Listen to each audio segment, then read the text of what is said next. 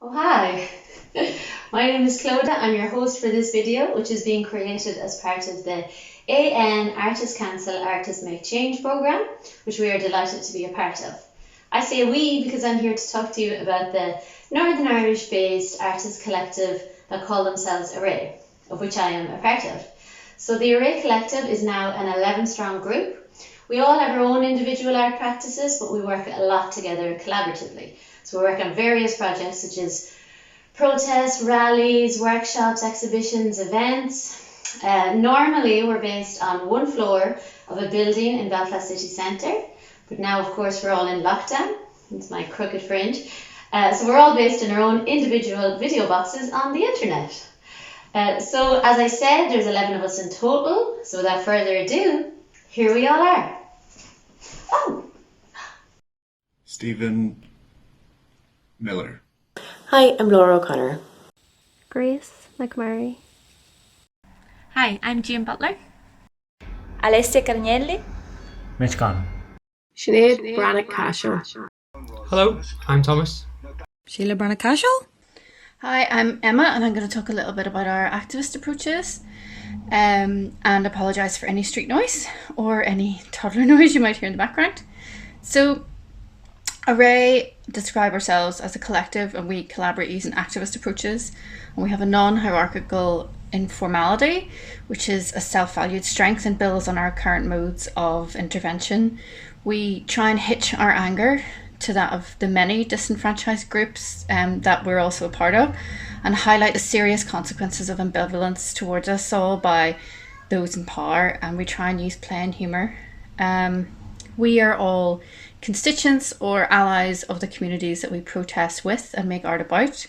Our collective art actions vary from street interventions and performances to protests to hosting banner making, symposia, having guest activists speaking, creating community and solidarity online, and finally making art about and including our activism. I think what's key, however, is that we're not simply parachuting in and making one-off pieces about activism or attending sporadic rallies. We are all deeply politically involved in the social and political ecology within which our art collective exists.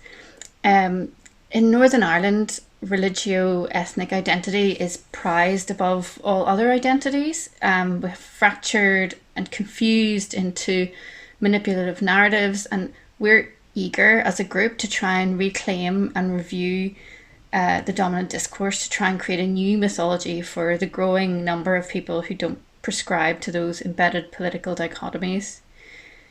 It's partly why we've organised within or alongside issues such as queer liberation, abortion rights, mental health, gentrification, the Irish language, eco-politics, British colonialism and social welfare. All of these go beyond the core values of the group. They're the water that we swim in. Some of us are organisers or activists in our own right within these groups, and well beyond our role as artists. And not only has our collective way of working encouraged an even greater level of support and cross-fertilisation in our practice, but also in our activism. Judith Butler says the power that people have to gather together is itself an important political prerogative, quite distinct from the right to say whatever they have to say once people have gathered. The gathering signifies in excess of what is said, and that mode of signification is a concerted bodily enactment, a plural form of performativity. At the 2018 International Women's Day March brandishing Sheila na gigs, we paraded the street to express ancient Ireland's right to choose, reclaiming her as a symbol of resistance and freedom. This carved stone figure opening her exaggerated vulva predates Christian church bigotry. It was cheeky, it was received joyously, and yet it spoke so directly to the British power which was still held over our bodies. One of the most often used is a bright pink banner we have declaring "Stop ruining everything."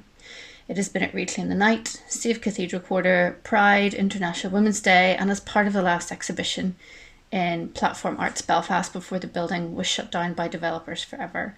It perfectly illustrates how we adapt and reshape art into activism and vice versa. We're proud of our humour and wield it mercilessly, whether through our slogans or exhibitions or when we take to social media, but we're only ever punching up. Pablo Helguera talks about the French medieval Feast of the Ass in his Education for Socially Engaged Art, where social hierarchies are temporarily broken through satire, celebration and chaos. He said, "The Feast of the Ass is not only an inversion of social roles, but meanings and interpretations within a discipline. What Array tries to do is much like this carnivalesque approach to an agenda. He carries on, not accurate representation, but rather the complication of reading so that we can discover new questions. It is when we position ourselves in those tentative locations and when we persist in making them into concrete experience that interstices become locations of meaning." Thank you. Hi again. Thanks to Emma there for that lovely piece on how Array functions as a collective and the processes we go through. You might be wondering, oh, what's she wearing? And you might also have gathered from Emma's segment that dressing up and the use of costume is a huge part of what we get up to. Often our costumes can be made in a kind of quick fire responsive way, depending on how much notice we've got or what the type of event or rally is that we're going to. It could be weeks before, a week before, the night before, the morning of, that we get to make our costumes and banners. But this piece signifies something slightly different. So last year we were invited by Gerwood Arts to be part of an exhibition called Collaborate, and it was us and 3 other artist collectives from across the UK. Our contribution was called As Others See Us, and it took the form of an installation with lots of other elements intertwined. The difference in this occasion was there was a whole pile of thought and consideration put into the use of costume through the development of characters. And next up we have the wonderful Thomas Wells, who's going to tell you all about that.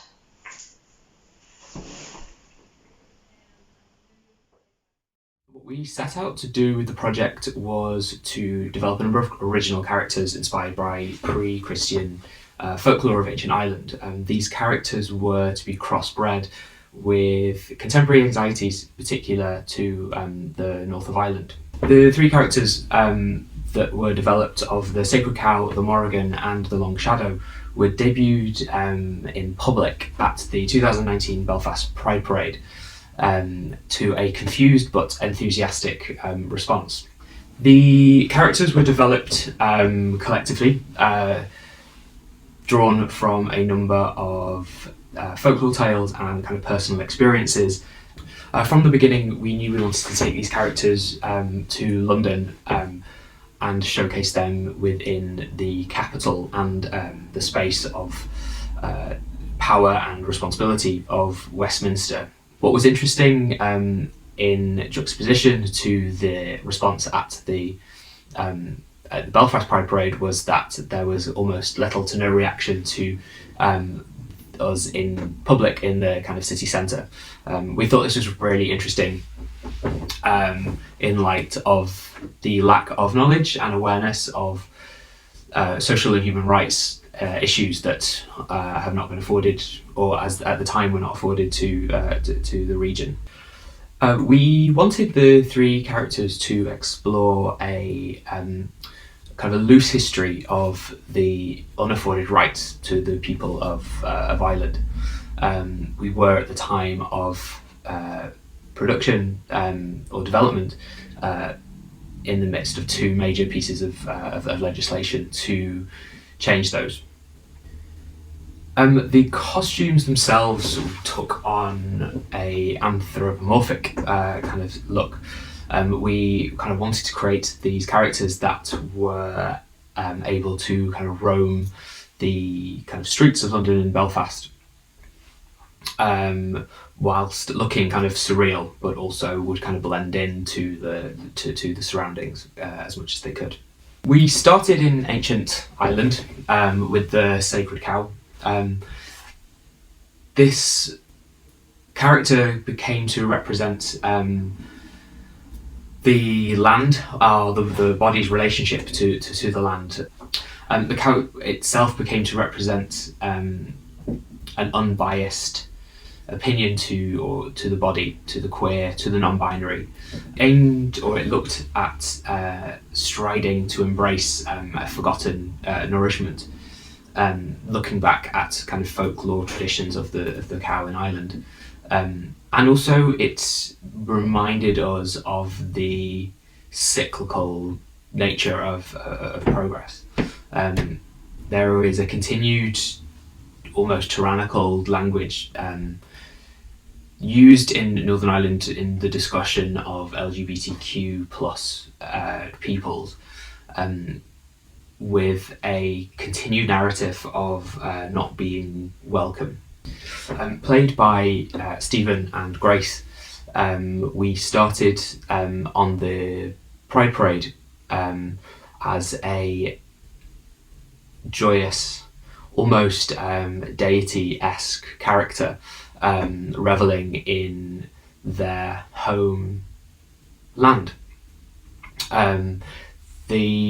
Stephen's kind of portrayal of the Long Shadow during the parade probably got the most, or the biggest kind of reception.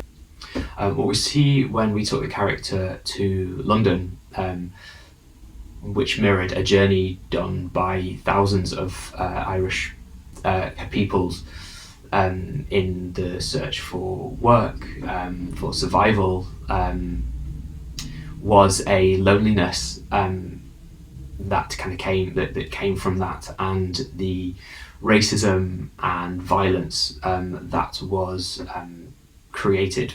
One of the consequences of such a long conflict here in Northern Ireland is the increase in suicides. This really carried through in the character's portrayal, especially in London, as some moments were incredibly emotional as we saw a character alone, suffering, and ultimately lost in the metropolis. The third character, played by Emma, was the Morrigan. This character was taken directly from the Tales of the Morrigan, this shape-shifting entity that has depictions in a number of folklore traditions. The three elements of the Morrigan represent the Virgin, the Mother, and the Hag, of which, through the journey that Emma takes throughout the film, each one of those phases is represented through the costume and the movement, and eventually the spaces that they are in, and mirror the journey, the kind of the painful journey of women and pregnant people. Or the Virgin appears joyful, optimistic, but also as this warrior character, with the optimism of changing. What was really clever decision by the team was to mirror some of the architecture around the costume. There is a section in the film, quite subtly, where Emma, and as the mother, is mirroring the architecture of of one of the tall buildings in London, that almost looks pregnant. We finally get to a real kind of emotional moment in the film of the Morrigan, as the aged, tired, shamed woman marches across Westminster, a busy Westminster Bridge, but we got to collectively kind of share in the physical pain and struggle of the character, walking up to Parliament Square. It ends beautifully with Emma sitting on the steps of the chamber to the Commons, or I think the entrance to the Chamber of the Commons, crying, and a song plays over the top by a queer performer in Belfast, Danny, and I think everything just combinated in a really yeah, lovely kind of moment that kind of tied all the characters together and really tied the project together for us.